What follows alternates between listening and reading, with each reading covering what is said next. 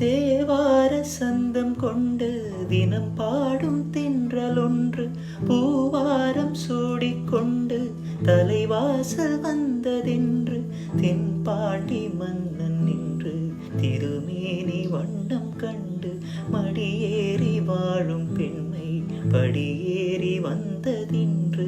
இளநீரும் பாலும் தேனும் இதழோரம் வாங்க வேண்டும் கொடுத்தாலும் காதல் தாகம் குறையாமல் ஏங்க வேண்டும் கடல் போன்ற ஆசையில் மடல் வாழை மேனி தானாடு நெடுஜாம வேளையில் நெடுநேரம் நெஞ்சமே கூட ஆகாய வெண்ணிலாவே தரை மீது வந்ததேனும் அழகான ஆடை சூடி அரங்கேறும் வேளைதானோ